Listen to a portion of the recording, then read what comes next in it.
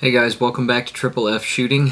Today we're going to be looking at a red dot, and not just any red dot, but a Cyelee Wolf 2. These seem to be becoming more popular. If you've been on YouTube lately and are looking at red dots, these are popping up because they seem to be aggressively pushing them.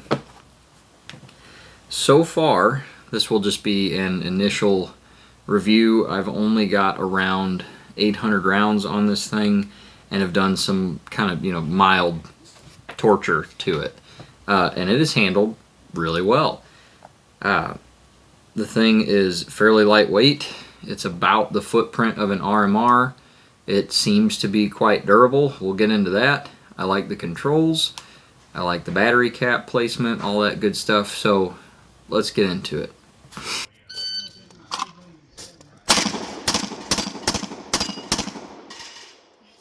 Twice, you got two more. That might be the side. The other side.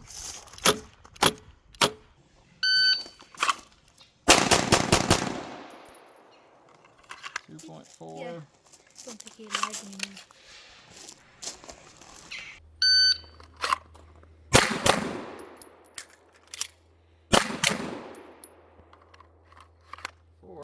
Alright, so one of the first things that we'll do is go through what comes with the Wolf 2 from Cyelee, and you can see it comes with this very patriotic box full of goodies, and we'll take a peek at that.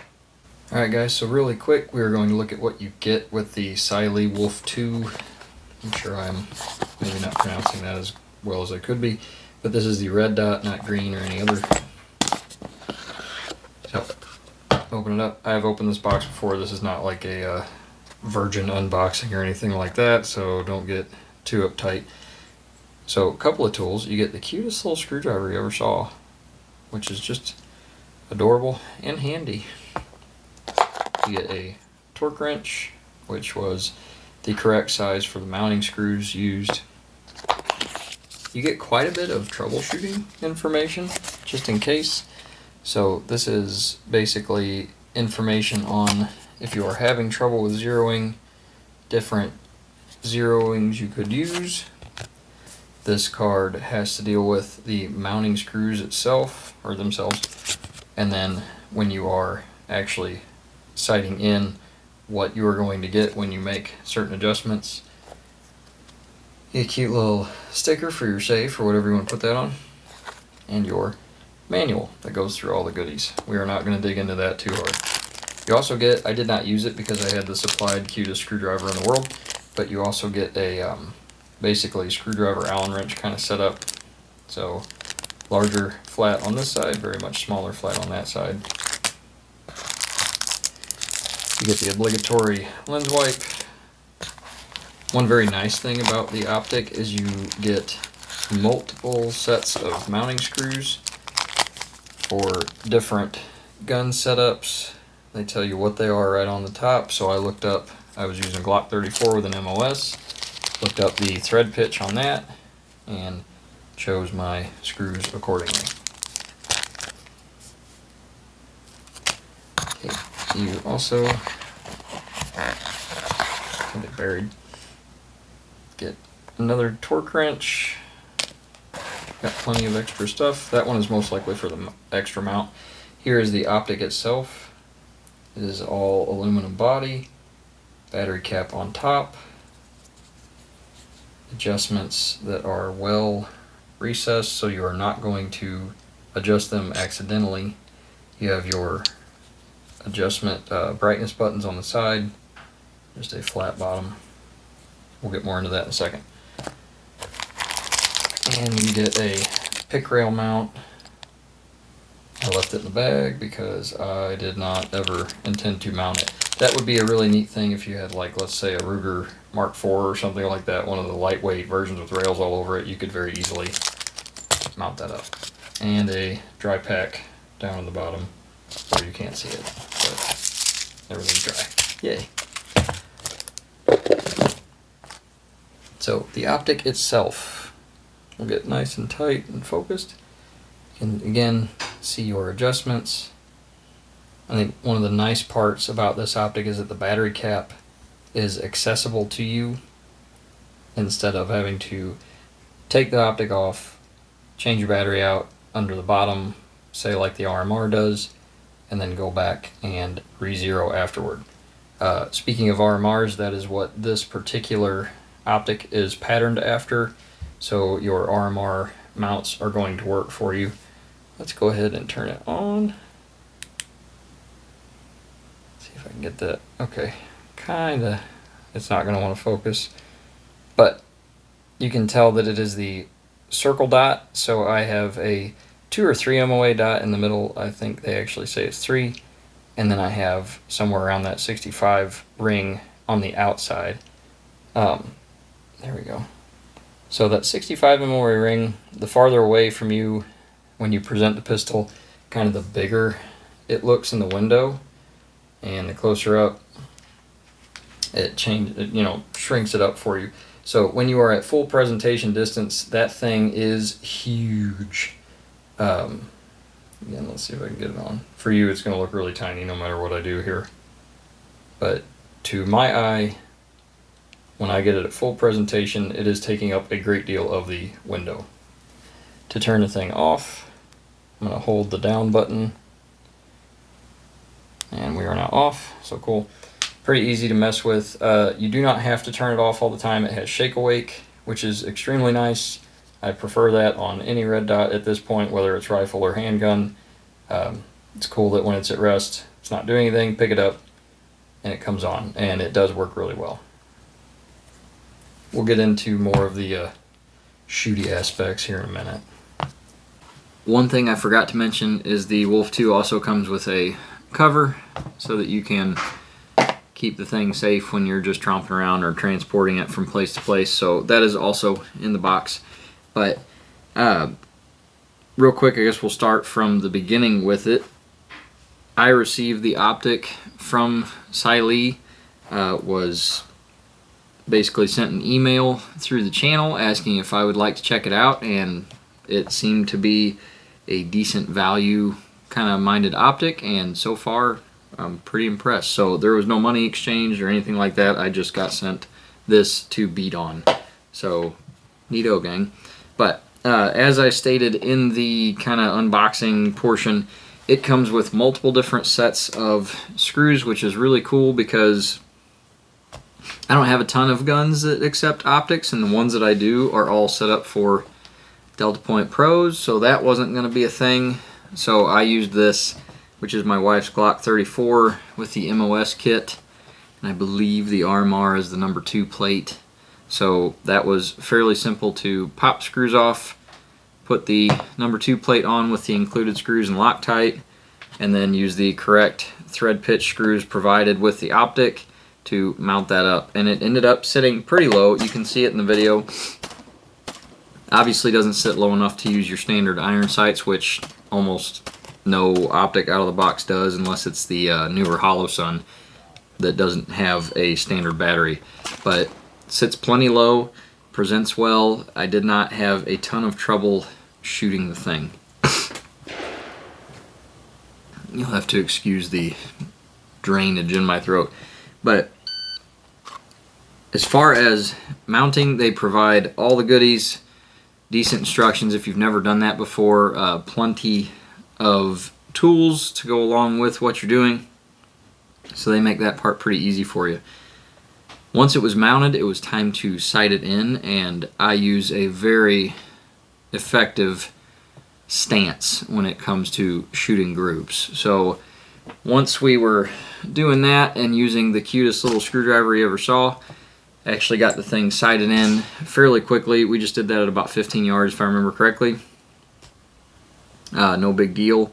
Had it sighted in just a few, probably about 10 rounds, something like that. Now, that's a pretty hasty zero. We were not going for like extreme accuracy. I was mainly interested in if the thing would hold decent accuracy through some just basic shooting and mild thumps and bumps. And it did that really well. I had a mild, very mild point of impact shift. When I first got it sighted in, I was a little bit low and left, not totally dead center, but it was holding decent groups and close enough for the shooting we were going to do today. For some reason, my wife hates optics on pistols, so the thing wasn't going to live there. I didn't want to spend a ton of time going nuts, getting it dead nuts to this pistol. That said, shooting plate racks with it is a whole lot of fun. If you've never used a red dot, once you get used to it, it actually is a hair faster than if you're just using your irons, much like a rifle. There's less stuff to line up. You are able to look directly at the target, both eyes open, superimpose that dot, and hit the trigger as long as everything's zeroed correctly. So, worked really well in that regard. Where I was really impressed was the thumping. We went ahead and just kind of gave it a decent amount of force. I have no idea to tell you how much force. I'm not a huge guy by any stretch, but I also don't beat on my optics. So this is actually the first optic I've ever just smacked around for the sake of it, and I did not really lose group accuracy. I am not the world's most phenomenal pistol shooter, and it was holding just as good a group as anything else I've ever seen. In comparison to something like a Delta Point Pro, which so far has been my optic of choice, it is a little bit smaller, but I did not notice that to be a problem. The windows, I can throw a couple pictures, but or I should say the lens is nice and large, and the frame, or kind of the shield of the lens, is not insanely thick. So both eyes open shooting is no big deal.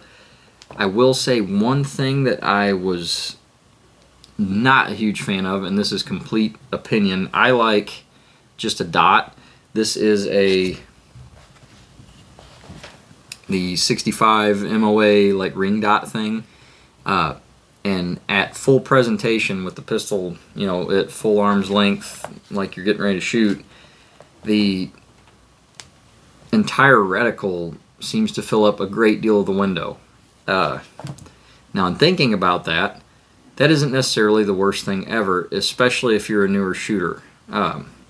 Most new shooters tend to forget that the gun is still the gun, and the irons should just kind of be where they are anyway, and the dot's just above that. So you see people a lot of the time present the pistol and start doing this or rolling the gun around trying to find the dot. Primary Arms already kind of did this, so this is not like a new idea to me or anything like that, but they came out with a Vulcan reticle, which is enormous, so that if you are down, left, right, or too high up, you'll catch like part of that reticle and be able to go, oh, I'm too high, and correct.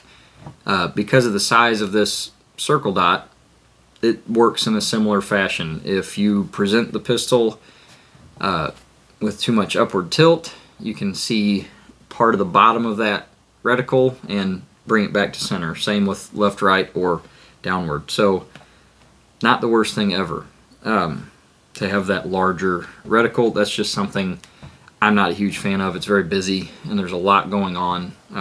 So you have to be very aware of the brightness setting. When it comes to brightness settings, I do like the adjustments on the side of the optic much more than I like the loophole Delta Point just big center button. That thing is obnoxious. You have to adjust it by going, you just one press, all you get, so it goes up, hits a peak, goes down for all the presses, hits the minimum, goes back up. So you just sit there and mash the button over and over and over until you get where you want to go. You can hold the button for like 3 seconds and it'll switch directions on which way you're going, but this is much better. I can just tap up to go brighter, down to go dimmer. Way simpler. That's not particular to this optic only, but I like that better than what the Delta Point's doing. The battery cap is also really cool on this particular item. It is not a whole lot taller, best I can tell, than like an RMR, but I don't have to replace the battery on the bottom of the thing. I have a torque head cap that I can get in there with. They provide a little angled Torx wrench, kind of like an Allen, and I can pop that off and replace the battery. I do not have to remove the entire thing and re-zero every time, which is really cool. As far as the actual adjustments on the sighting, they were positive clicks, and the provided screwdriver worked very easily. Like I said, it was about 10 rounds to sight in. So far, like I said, one more thing, does just fine in water. One thing I forgot to mention about the Wolf 2 is that it is, if you were paying attention, waterproof.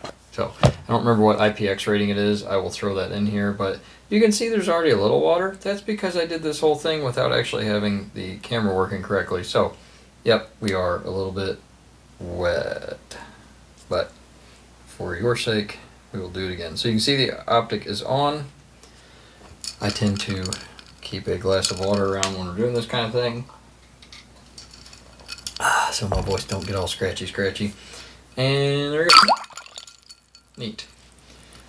I don't think I'm going to be able to get you an angle. Well, yeah, you can actually see at that angle down there in water that there is definitely light coming from it. Let's see what it looks like with the water all over it. I'm going to shake it off a little bit just for the sake of my deer hide here. Get that out the way and see if I can get it on camera for you. Ta-da! So, obviously when the thing is wet all over the lens, you're going to have some difficulty seeing the dot perfectly clearly, but I'm looking at it right now, not you. I can definitely use it enough to shoot through. In your view there, it actually looks quite a bit better than what I'm seeing, just because now the screen or the lens is getting very condensed because that was ice water and it is not 30 something degrees down here. But pretty cool. Holds up in water just fine. So far, I am actually pretty impressed with this Optic. I don't make a habit of beating on my Leopolds, so I have no idea how it stands up compared to those, but it did stand up to a pretty substantial thumping and went through water. It says it can, so that's good. It did what it said it can do. I believe these things are coming in at a fairly low MSRP. I will chuck that up there, and you can usually get them on sale. So for the value, I'd say it's doing a pretty good job. With the included pick rail mount, this might be a really fun option if you have a, well, no longer, but if you have a pistol platform like a CZ Scorpion, something like that, to throw on. It sits nice and low, and it's still low profile and does a good job. Or if you have like a Ruger Mark IV or something like that, throw it right on top of your rail and go to town with it. This would be awesome for something like that. But again, I don't normally, I only have 2 handguns that have dots on them. For my carry gun, something like that, I don't normally go with it. But given what this thing stood up to, I don't think I would be against having it on a gun for defensive purposes or competition purposes if that is your shtick. I'm not sure that I would do that with like any red dot just yet, but they are very fun. They work well. Trying to think if there's anything else. There is a very mild blue tint to this particular lens. It is not by any measure close to what like original RMRs were coming out with. It is not quite as clear as the Delta Point Pro, but it ain't missing it by much. So I didn't notice any of that in my shooting, like, oh well, it's a completely different color. It didn't throw my shooting off or anything like that. And there is no real like misshapen part of the lens or anything that adds like an odd magnification or fisheye too much. You get a hair of it, but at the extreme edges, again, nothing I personally noticed when shooting. I'm sure people that shoot just thousands and thousands of rounds through different red dots are probably going to pick up on that, but for me, at this price range, this thing's pretty cool and worth your time. So thanks again to Cyelee Optics for sending it, and hopefully you get to try one out soon for yourself. But that's all we have for the Optic today. Hopefully we'll get back into it a little bit later. I can chuck it on some different guns and see how it handles. But so far, again, it's doing well. Thanks for watching Triple F Shooting. We'll see you in the next video.